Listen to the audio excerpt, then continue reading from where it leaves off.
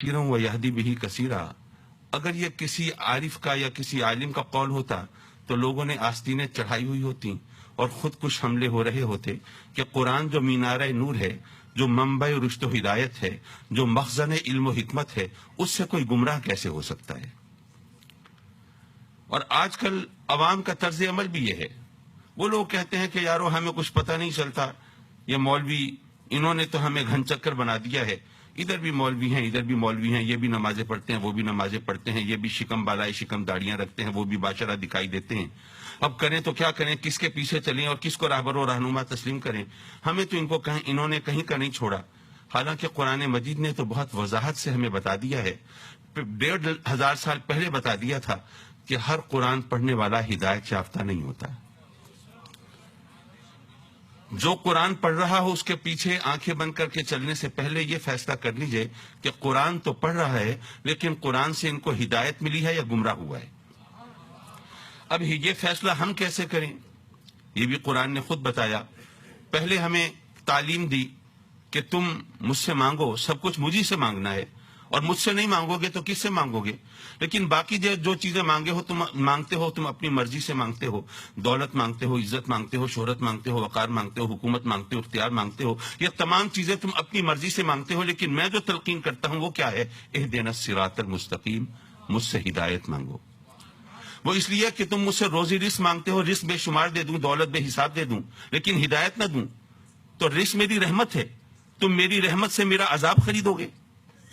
تم مجھ سے صحت مانگتے ہو، جوانی مانگتے ہو، شباب مانگتے ہو، میں تمہیں قداور قوی ہیکل شاندار جوان بنا دوں لیکن ہدایت نہ دوں تو وہ جوانی اور اس طاقت کے غرور میں مجھے بھی للکارنے لگو گے اور اسی گناہ کے سبب میرے قہر و غضب کا نشانہ بنو گے۔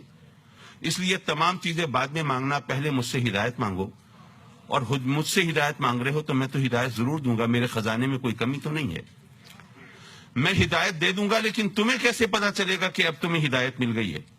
یہاں ورغلانے والے بھی ہیں، بہکانے والے بھی ہیں، اللہ رسول کا ذکر کرنے کے بہانے حرمین شریفین سے اٹھا کر لے جانے والے بھی ہیں۔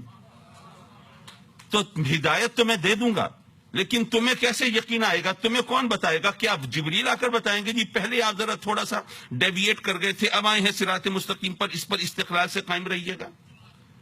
جب مجھ سے ہدایت مانگی ہے تو اتنی آسانی سے ہدایت دوں گا کہ پھر بھٹکنے کی گنجائش نہیں بچے گی۔ وہ کیسے؟ مجھ سے جب ہدایت مانگی ہے تو ساتھ ہی یوں بھی کہو صراط الذین انعمت علیہم۔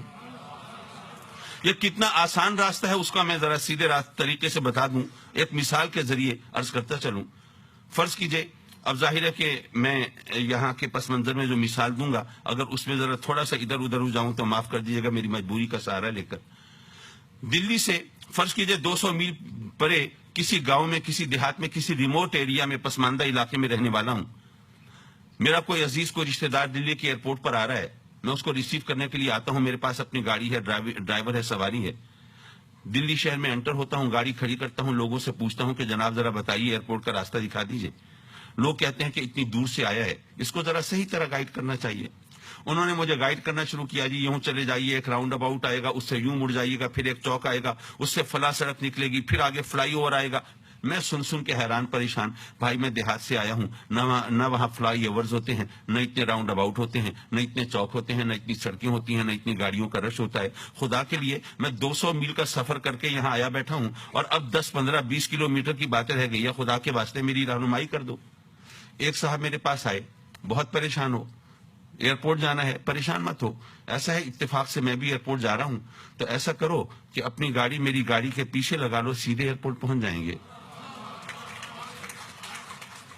تمہیں راؤنڈ اباؤٹ شمار کرنے کی ضرورت نہیں، فلائی اوور گرنے کی حاجت نہیں، سڑکوں پر کھڑے ہو کر نام پڑھنے کی بھی کوئی تک نہیں ہے، اور جگہ جگہ رک کر لوگوں سے راستہ پوچھنے کی بھی گنجائش نہیں ہے۔ بس اتنا کرنا کہ اپنی گاڑی میری گاڑی کے پیچھے رکھنا، ادھر ادھر مت ہو جانا، سیدھے ایئرپورٹ پہنچ جائیں گے۔ اللہ بھی فرماتا ہے، میرے بندو تمہیں ہدایت چاہیے نا، تمہیں کیا پتا ہدایت کا راستہ کون سا ہے؟ ایسا کرو، میرے جو انعام یافتہ بندے ہیں ان کے پیچھے چل پڑو، تمہیں بھی ہدایت مل جائے گی۔